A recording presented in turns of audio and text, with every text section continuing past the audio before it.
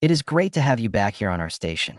Julie Christie, a 60s legend known for her melancholy, unmistakable eyes, and a raised eyebrow, once shocked Hollywood with just those features. After turning down the part of James Bond girl, winning an Oscar, and making Warren Beatty want to marry her, she vanished. She never left, never said goodbye. As if the spotlight had never been strong enough to contain her, she simply faded away in silence. What, then, led an idol who was once adored by all to opt for a life of seclusion?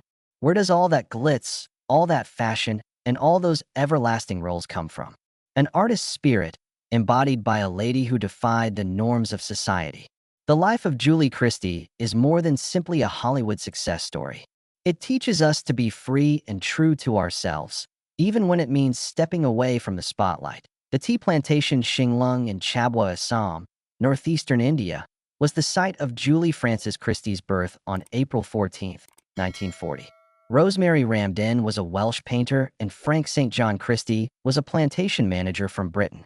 Both her mother's free-spirited artistic personality and the severe discipline of the British colonial regime were present in Julie's life from the day of her birth. John Christie, Julie's half-sister, was born of her father's humiliating affair with an Indian plantation worker, which was common in colonial culture. Although Julie kept this incident a secret for a long time, it was the initial indication that her life would forever be entangled with unspoken paradoxes. She may not have spoken about it much later on, but her upbringing in a home with subtle tensions certainly impacted her views on authority, authenticity, and self-discovery. Julie was transferred to study in England when she was 6 years old. Far from her own family, she attended a Catholic convent school and was reared by foster parents. As compared to her carefree upbringing in India, the atmosphere here was severe, icy, and inflexible. She clearly wasn't one to be contained by regulations, as she was expelled for speaking improper stories here once. Julie would come to acknowledge that this time left her feeling deeply abandoned, which shaped her aversion to commitment, her hesitation to get married, and her choice not to have children. Christie was sent to Paris to further her studies and hone her French, which she had been proficient in since childhood, after her stay in England. There, at the tender age of 9, Julie experienced an event that would shape her life. A young actor trying to break out of his boarding school captivity spent the entire day wandering with her after she sneaked out of school. She was enthralled by his tale. That was the turning point, according to Julie, when she decided she wanted to be an actress, not for the fame, but for the independence. A chance to escape the stifling constraints of her childhood reality and live a life of her own choosing. Julie made the decision to pursue a career in theater upon her return to England. She went to London's Central Institution of Speech and Drama, widely considered to be the best institution for actors and actresses in the nation. Julie was exceptional not due to her academic prowess, but to the way she articulated her ideas. Simple, contemporary, organic. Attempts to appease her educators were futile. It was as if she were acting. It took Julie Christie some time after graduating from London's Central School of Speech and Drama to establish herself as a Hollywood star. Although she started out slowly and quietly, her unique style made her stand out throughout her career. Julie chose a more contemporary, natural style of acting, making her characters seem like they jumped out of reality, in contrast to many of her contemporaries who stuck to the conventional theatrical style, with precise speech and heightened body language. Christie made her television debut in 1961 on the science fiction series A for Andromeda, which aired on the BBC. It was an unusual part to play. Cold and seductive, but not fully human, she portrayed a computer-generated woman. Audiences and directors were captivated by Julie's subtle performance, delicate expressions, and minimal dialogue. People began to see her as a more mysterious and intelligent Bridget Bardot. It was even suggested that the BBC sign her to a long-term contract. However, they chose not to, which was later seen as a huge error in judgment. Since Christie had already departed to find her own way, her role was recast when the show's sequel was being made. In 1962, she made her big screen debut in the British comedies Crooks Anonymous and The Fast Lady, where she played supporting roles. Christie got some experience behind the camera and learned the ropes of filmmaking with these comedies, which were lighthearted entertainment and didn't do much to boost her profile. During that period, she patiently watched, taking notes on the inner workings of the film industry so that she could one day take a giant leap forward. She got her big break in 1963 when she played Liz, a daring, independent, and alluring young woman in Billy Liar who would have none of it with a stuffy small town or men who were too chicken to live their truths. The scene where Liz confidently walks down the street in a miniskirt, meeting everyone's eyes without turning around, became an instant icon of the liberation of British women in the 1960s. Actress Topsy Jane was supposed to play Liz, but she had to back out owing to health problems. Not many people know this. Julie was inserted just before the deadline. Christie surprised the entire crew by showing up on set with little time to prepare. Known for his meticulousness, director John Schlesinger admitted that Julie doesn't act. To all appearances, she is Liz in real life. The critics said the movie was the beginning of a new icon, and the public agreed. Julie Christie's presence on screen never failed to captivate audiences, despite her unconventionality, quiet demeanor, and lack of scandal. In 1965, Julie Christie's name was everywhere. She made an indelible impression on film history in that one year with two polar opposite parts. The darling model Diana Scott, who is both impulsive and troubled, and the Dr. Zhivago heroine Lara Antipova, who is both mild-mannered and passionately loving. Julie personified the image of the free-spirited, urban, modern women of the swinging 60s in Darling. The film explored the hollowness beneath the ostentatious facade of the upper class, and Christie's icy, penetrating stare and purposefully unmoving delivery made Diana feel unsettlingly authentic. She received the Best Actress Oscar with a resounding yes. She accepted the accolade in a shimmering gold pantsuit that she had designed and sewn herself. But what people remembered even more clearly was the outfit. She broke the strict fashion standards of Hollywood with a single, unapologetic act. She wore pants on stage at the Oscars, making history. In that very year, Christie was the leading lady in one of the all-time great epics, Dr. Zhivago, directed by David Lean.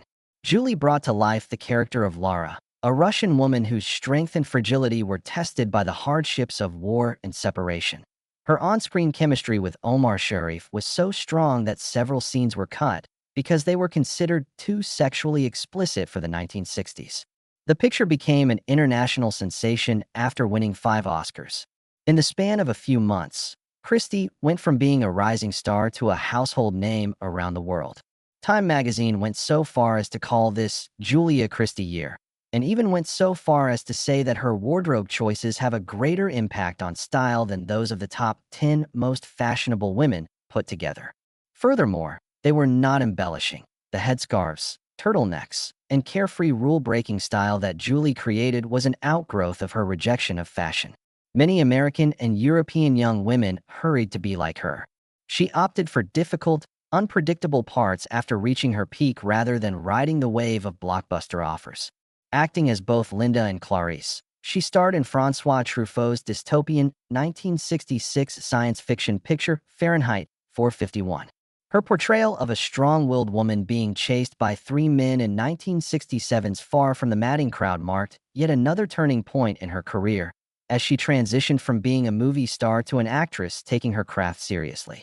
In the early 1970s, Christie kept making waves with her daring psychological horror picture Don't Look Now, 1973, which had an incredibly realistic sex scene that people thought was in real life. After that, in 1971, she played a smart and crafty brothel owner in McCabe and Mrs. Miller, for which she received a second Oscar nomination.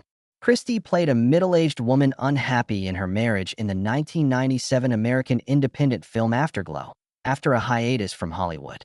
She was nominated for 3 Academy Awards for the performance a decade later, in Away from her February 2007, one of Julie's most critically acclaimed roles to date. She played a woman coping with Alzheimer's disease, facing the slow deterioration of her memory and the impotence of her husband. She received a Golden Globe, a SAG Award, and multiple Critics' Choices for the role in addition to 4 Oscar nominations. Amazingly, medical schools have even utilized scenes from Away from Her to teach students about the behavior of Alzheimer's patients, a true testament to the impact of genuine acting. Julie Christie may have been an inspiration to a generation with her stunning good looks and sharp mind, but her private life was anything but idyllic. She was an outspoken, free-spirited, passionate lover who spoke French and Italian. But beneath that flawless exterior lay a complicated spirit, one that was ever frightened of stardom and of being manipulated. Julie Christie was just an aspiring actress figuring out how to make it in the cutthroat world of film before she became famous as an Oscar winner. Terence Stamp, a young actor widely considered to have the most promising face in British cinema, was someone she met around that time, in the early 1960s. During a theater party in London, they crossed paths. Stamp was already attracting Hollywood attention and creating waves with Billy Budd. Although Christie was still only a little known, she always exuded an air of fierce independence tempered with a delicate air of mystery. Stamp, who had trouble controlling his attraction to women, was utterly enchanted by Christie's mysterious aura. Literature, European film, politics, and the ridiculousness of fame were among the many topics they discussed for hours. There was a profound resonance, almost like soulmates maintaining a certain distance rather than a passionate romance. Julie doesn't require anybody to help her stand out, Stamp said in an interview. Everyone else learns to remain silent as she enters a room in complete silence. The fact that they were both about to become famous was, ironically, also the factor that drove a wedge between them. Julie was about to hit her stride in the UK, and Stamp was there to encourage and read the script with her when the part of Liz in Billy Liar came up. At the same time, Julie was beginning her breakout phase in the US. Do what feels right. Nonetheless, their connection deteriorated due to distance, time, and, in the end, different aspirations in life.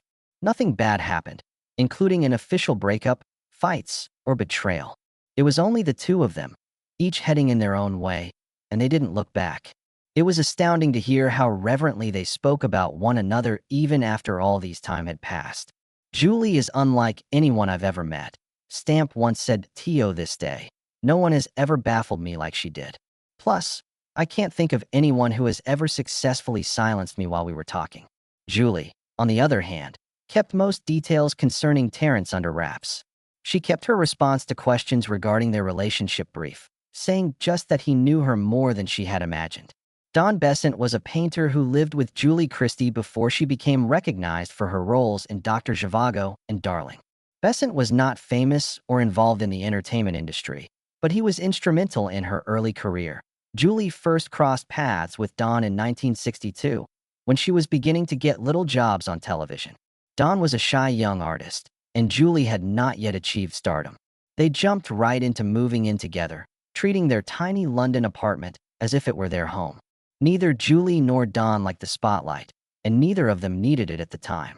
Despite becoming engaged in 1965, they never tied the knot.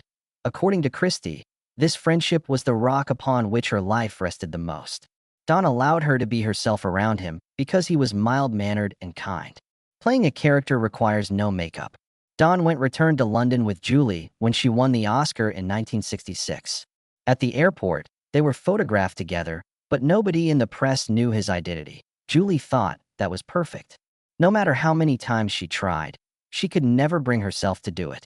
Things started to change, though, as Julie's career took off. Don yearned for a peaceful, stable life, whereas she was constantly on the go for filming in different locations. They never really fought, but rather grew apart as they pursued separate paths in life. They broke up in 1967. Warren Beatty, who had already become one of Hollywood's most recognized actors by 1966, first laid eyes on Julie Christie during the 1966 royal premiere of Born Free in London. Standing in line to welcome the second Queen Elizabeth, she was remarkable in her simplicity, yet without smiling or posing. During the ceremony, Beatty glanced back simply to see Julie again. He was accompanied by his ex-girlfriend, actress Leslie Caron. Even for a man who has encountered almost every Hollywood film siren, that one look told it all. She stood out from the crowd. For the purpose of establishing contact, Beatty sought out Richard Silbert, a friend of his and a production designer who had collaborated with Christie on Petilia. Julie consented to a phone conversation. It didn't take long for Beatty to board a plane to San Francisco, her filming location. Their initial encounter was direct, unflinching, and slightly uncomfortable. Far from a romantic one, both individuals, however, were skeptics about the value of initial impressions. They favored intricacy. They formally became a couple a few months after breaking off their prior relationships. Although Julie and Warren were only together for 7 years, from 1967 to 1974, they were always there for one another, even if they never actually lived together. They kept to themselves most of the time, yet showed up together when it mattered: movie premieres, red carpets, and even professional decisions. Along with Beatty, Julie appeared in Shampoo, McCabe, and Mrs. Miller, and Heaven Can Wait. Above all else, though, they believed in the power of art to affect global change, while fame had no such effect. "No one I've ever met is like her," Beatty remarked. "No words are necessary from Julie. Anytime she thinks, the room falls silent." The relationship was still challenging. Julie was a serious romantic. Although she did not believe in marriage or procreation, she did believe in faithfulness. In contrast, Beatty made a proposal, but Christie turned it down.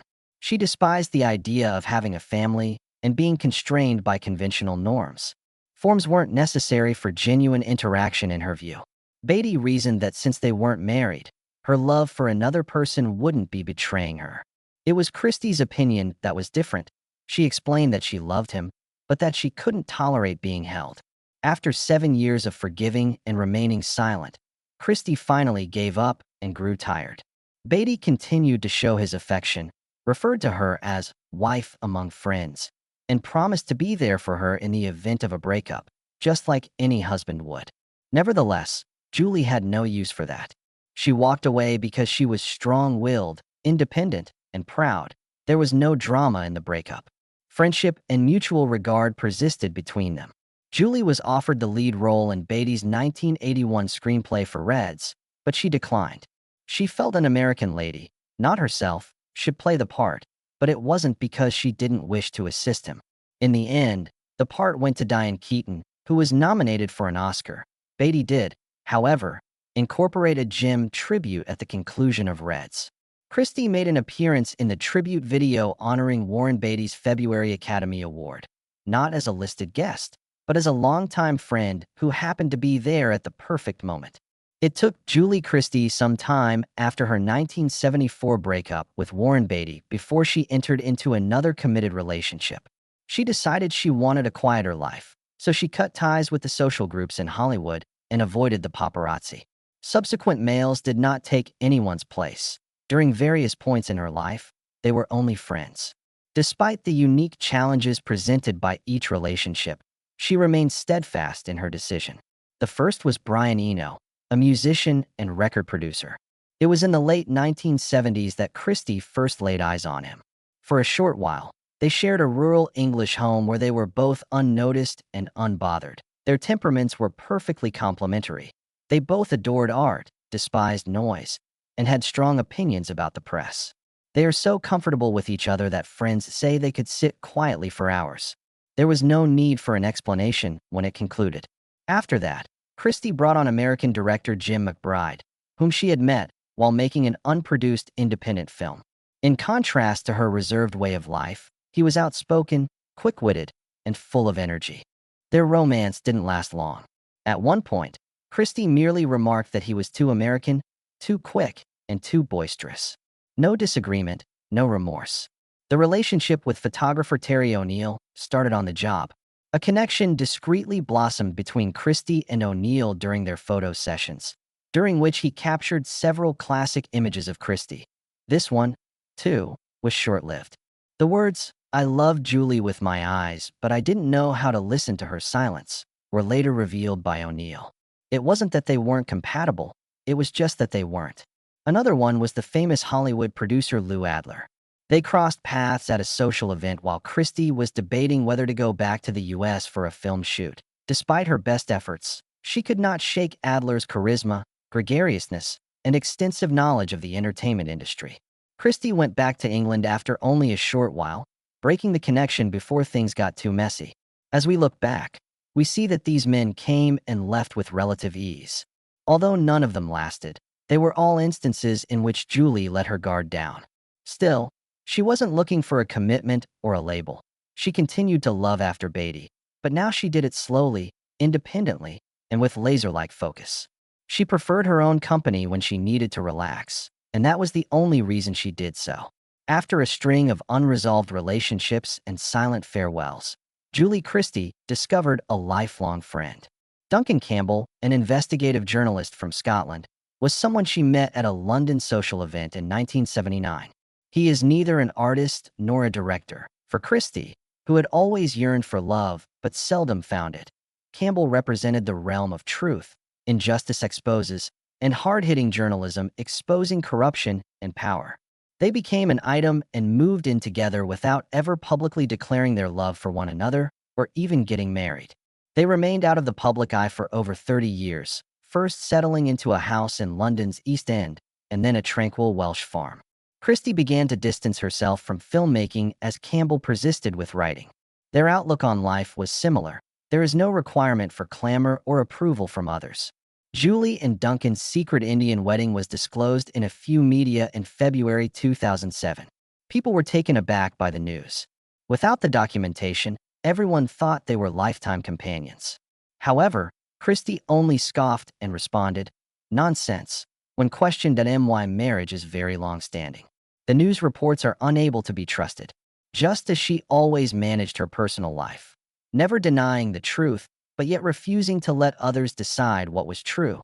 That response simultaneously rejected and verified the narrative. Campbell, in contrast to the other males, made no attempt to steal Julie's limelight. He stood silently at her side. They weren't creatively affiliated, but they were in opposition to nuclear power, cared deeply about society, were activists for the environment, and stood in solidarity with the forgotten. Since Julie no longer felt the need to defend herself from pain, explain herself, or make room for another person, she had no reason to love anybody else. Even though Julie Christie never showed it, her friends and family perceived her relationship with Campbell as a safe haven. Not because they tied the knot, but because they maintained an amicable and equal relationship throughout. They opted for silence in a world when everything can become a news story. Even amid the stillness, they persisted. Unlike many of her contemporaries, Julie Christie did not amass a large number of roles, make frequent television appearances, or branch out into producing or directing. Still, her film legacy is characterized by honesty, depth, and ferocious individuality, and she only had a few starring roles and made a number of unorthodox choices. Her natural beauty and the understated strength of her modern acting technique made her a cinematic icon of the 60s and 70s. Her acting credits include Darling's Diana, Dr. Zhivago's Lara, Don't Look Now, McCabe, and Mrs. Women who were complex, inconsistent, and always in control were represented in Miller, Afterglow, and Away From Her. Her portrayal in Away From Her was so acclaimed that it became a standard example of Alzheimer's behavior in medical schools, and very unusual feat for an actress in a film. However, Christie's impact went much beyond the realm of cinema. Her influence on the fashion industry was compared to that of the 10 best-dressed ladies in Time magazine's history. Her acceptance speech, in which she wore wide-legged pants that she had sewed herself, did more than alter the public's perception of Hollywood actresses. That only dresses have a place on stage was a concept she put an end to. At that point on, women's clothing was no longer subject to social sanction. Julie Christie was an early pioneer in challenging the norms that society expected of women in show business. She defied traditional norms by not getting married against her will, by not having children until she genuinely desired them, by not sacrificing her personal values for the sake of her job, and by fearlessly addressing issues such as tax evasion, industry ethics, and environmental degradation.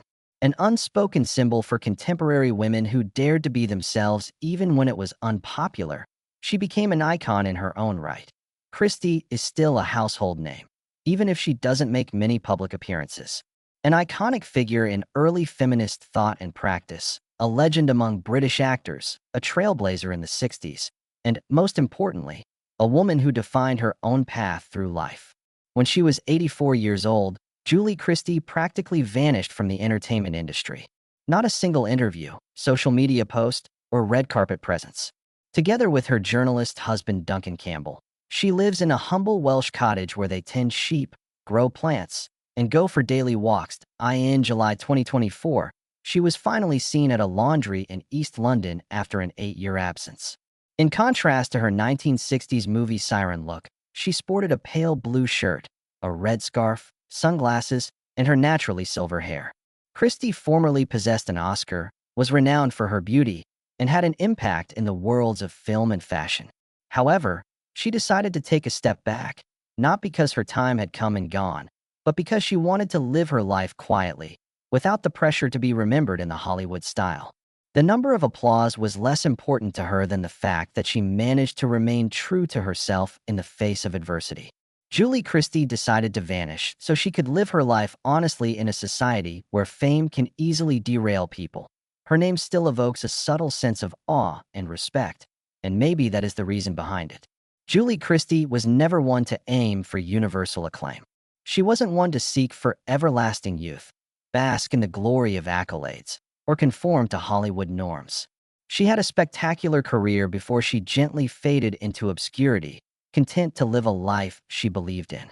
Particularly for someone who was once at the epicenter of a period, it is not something everyone can pull off. Julie's narrative isn't one of a plump celebrity. Rather, it is one of a strong lady who stuck to her principles, even when they went against the grain. Having that much leeway may be the highest achievement. To what extent does Julie Christie's life astound you? Something she did, a daring choice she made, or the way she faded into the audience but made an indelible impression? Feel free to provide your opinions in the space provided. Continue discovering moving stories like Julie Christie's. Subscribe and hit like if you think this one should be shared. Joining us now is an honor. Plus, what the hey? Perhaps a fragment of your own voice will emerge from her stillness.